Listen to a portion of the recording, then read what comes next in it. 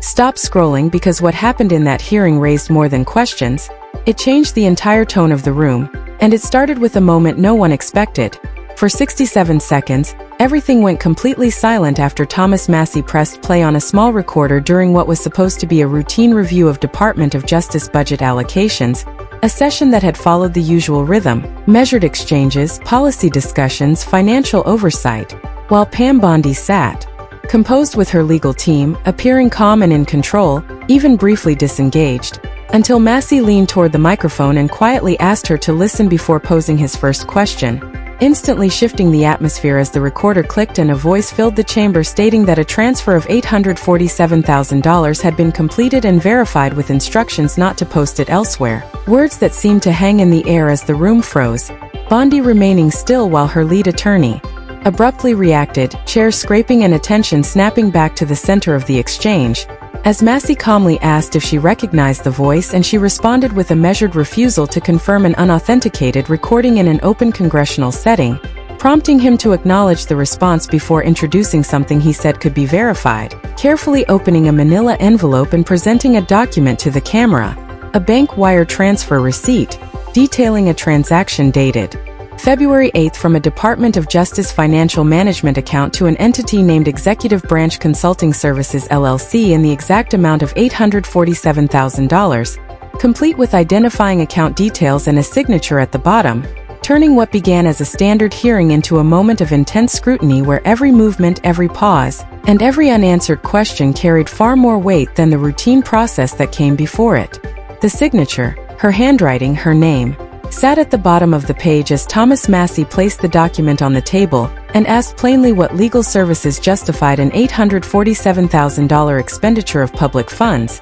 and when no answer came, he reached back into the envelope, moving with deliberate calm as he introduced a second document, an internal Department of Justice memo dated February 11 outlining procedures for executive branch protection, highlighting a key line that classified all records tied to settlement agreement EP0225 as attorney-client privileged and exempt from FOIA, placing it beside the wire receipt before asking the central question of who exactly the client was in this situation, the department itself or someone else, drawing murmurs from the room before escalating further with a third document, an email from a Treasury analyst noting that the recipient entity had no employees, no physical address, and no verified business history, conditions that typically trigger mandatory suspicious activity reporting under federal law, only to reveal the supervisor's reply instructing them not to file because the subjects were categorized under an executive decision, prompting Massie to ask who made that call as Bondi tightened her grip on the table while the chairman signaled for order and the room fell into a silence so complete that even the usual background noise disappeared, and instead of repeating himself, Massie simply began counting, 1, 2, 3 steady, and factual, not theatrical. As members slowly settled, reporters stopped typing, and cameras locked in, until he reached 67, marking a pause that carried more weight than any spoken reply, broken only briefly by another member urging Bondi to clarify the receipt, a request she met with silence, before Massie introduced yet another document, a DOJ privilege log obtained by court order, pointing to dozens of entries tied to the same matter 0225. All connected to a single payment, and as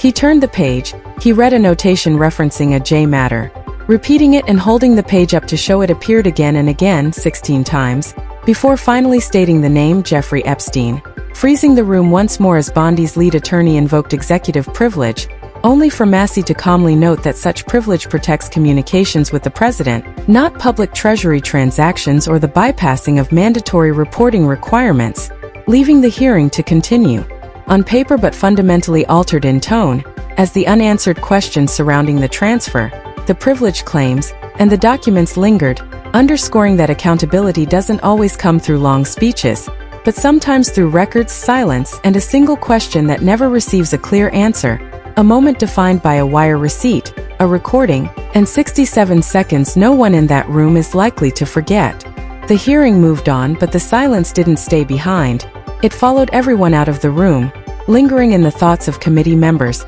in half-finished notes from reporters, and in one unanswered question: where did the $847,000 actually go? Thomas Massie had done more than create a moment. He laid out a pattern, a sequence that pointed beyond a single transaction, a recording not meant for public ears, a payment that drew no immediate challenge, a company with no clear footprint, and a directive that appeared to block a legally required report, none of which fits neatly into routine explanations. And what made it more striking was not open disagreement but the absence of it. Because if there had been a simple explanation, it likely would have surfaced right then. Instead, there was only quiet, and sometimes silence carries more weight than any statement, especially as Pam Bondi chose not to respond further, leaving the moment to speak for itself. At that point, the focus shifted from documents and recordings to what comes next, because when questions like these remain unresolved, they don't disappear, they build pressure. And history shows that unresolved pressure eventually forces a response somewhere,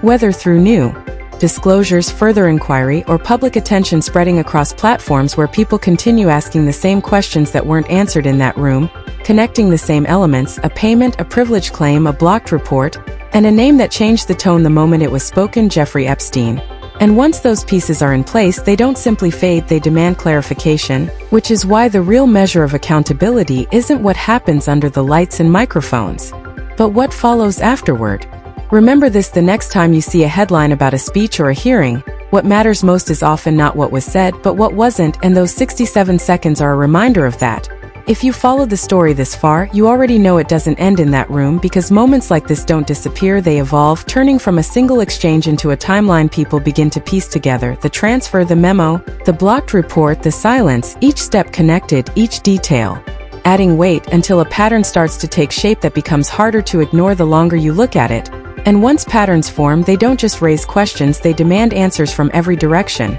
From the offices that approved the movement of funds, from those who classified the records, and from those who stayed silent when clarity was expected, because accountability isn't one moment, it's a chain of decisions, and you can already see that chain forming in how the room shifted, how the questions changed, and how the silence still lingers. The longer that silence continues, the more people begin connecting details, shifting focus from what happened to who knew, who was aware before the transfer, who authorized the protections, who decided a required report wouldn't be filed. And those questions carry the kind of weight that can reshape entire narratives, because once they move beyond the hearing room, they're no longer controlled by schedules or microphones, they take on a life of their own, spreading across conversations, analysis, and public attention, creating pressure behind the scenes where decisions are made about what to reveal and what to hold back. And every one of those choices matters, especially when scrutiny is already building, because history shows that moments like this don't simply fade. They expand, they gain momentum, and eventually they force a response, leaving only one question still unanswered: when?